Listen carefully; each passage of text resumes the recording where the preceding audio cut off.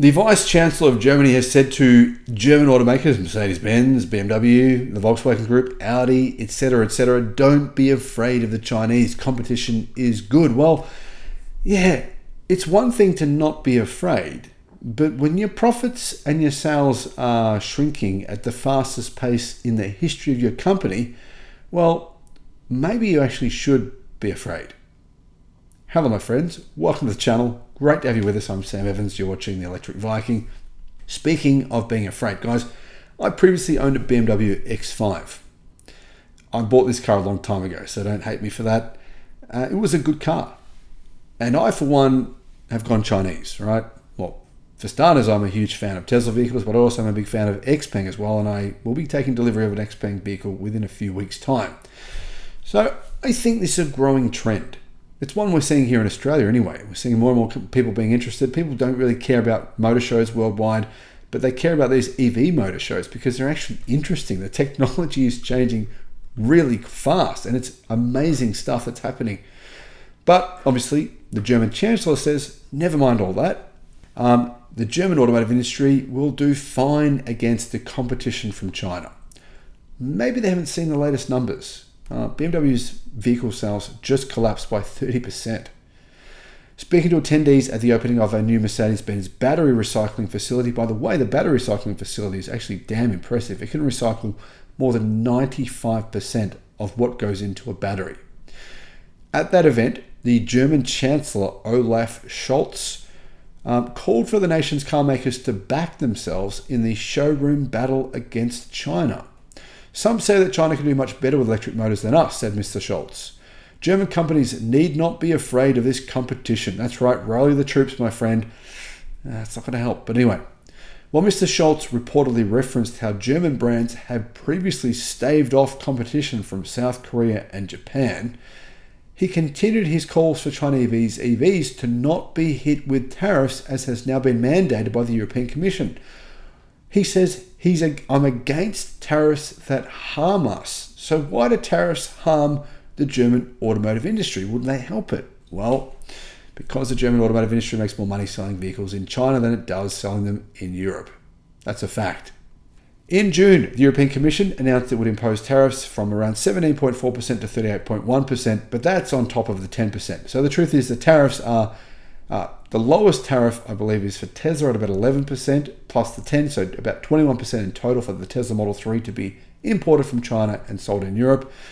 But average tariff rates are actually 27% to around 50% for the other Chinese car brands. SAIC Motor, their tariff is 36 plus 10, so 47%, I should say. And then you've got all the other car brands like Chery, Great Wall Motors, Leapmotor, Neo, XPeng. There's other car brands as well. Their tariffs are about 30 to 31%. Now, I believe actually BYD's has been revised down to 18. So BYD's tariff is 28%. That's the lowest in the industry. Geely tariffs are 19% plus the 10, so 29% in total. Geely have the car brands Zeekr, they have Lotus, Polestar, they have Volvo, Lynk & Co. They sell Lynk & Co. vehicles as well in Europe. So yeah, actually BYD's rate, to be correct exactly, is 17%. It was reduced from 17.4 plus the 10%. So they're looking at 27% tariffs. Now, that's a lot of tax to pay. But the German automotive industry, German car brands, Mercedes CEO, BMW CEO, and of course the Chancellor of Germany are saying, no, we should not be putting taxes on Chinese vehicles or Chinese EVs. Now, is this delusion, or is it simply facing the reality that China could hurt them if they do this? Well, following further investigations by the European Commission, all the car brands in China, really only one of them had their tariff reduced significantly. That was Tesla. The reason is this. The European Commission believes the Chinese government is directly incentivizing these Chinese car brands selling their cars in Europe, giving them subsidies, artificially boosting their payments. So what happens is, says the European Commission, they say that when MG Motors or whoever else, BYD or whoever else it is, sells a vehicle in Europe, they get a direct payment into their bank account from the Chinese government. Now, no one knew about this until recently. The European Commission made these claims, and the Chinese government never denied that this was the case. The European Commission said, if you open your books up to us, let us come to your factory in China and let us see what is actually going on, and you can prove where the money's coming from and what money you're getting, then we'll potentially reduce the taxes. So that's what Tesla did. Tesla said, yeah, come, please come. We're getting nothing.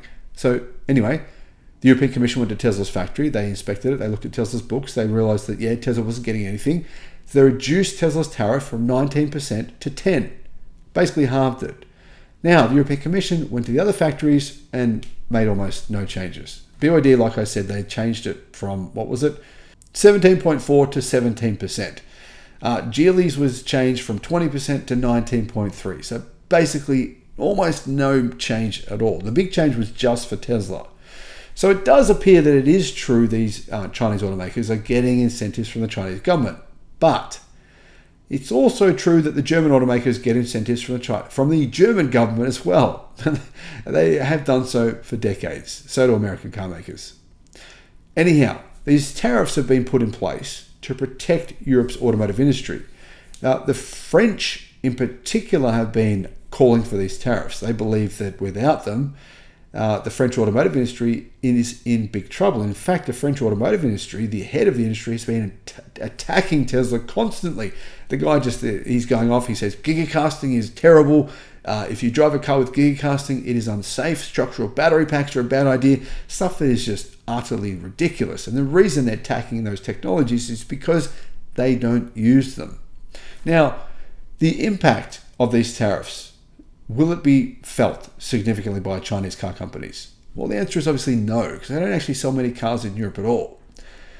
But it will change the dynamic a little bit, because these car makers are now, as a result, planning on setting up assembly factories in Europe or in countries that are neighboring Europe. So all we know that's happened since then is that Volkswagen and Audi are closing factories. Audi are closing their factory in Belgium. They tried to sell it. No one wanted it. No one was willing to pay a reasonable price. Volkswagen are closing 2 of their factories in Germany. So the beginning of what some people see as the end has begun in Germany. Now, the other fear, and it's realistic, is that China will tax internal combustion engine vehicles being sold by the Germans in China.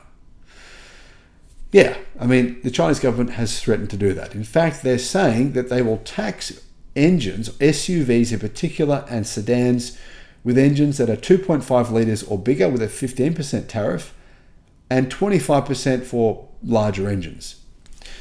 Honestly, I don't know if that really matters, because the truth is that internal combustion engine sales are being decimated in China regardless. But what do you guys think about the Chancellor of Germany saying the Germans shouldn't be afraid?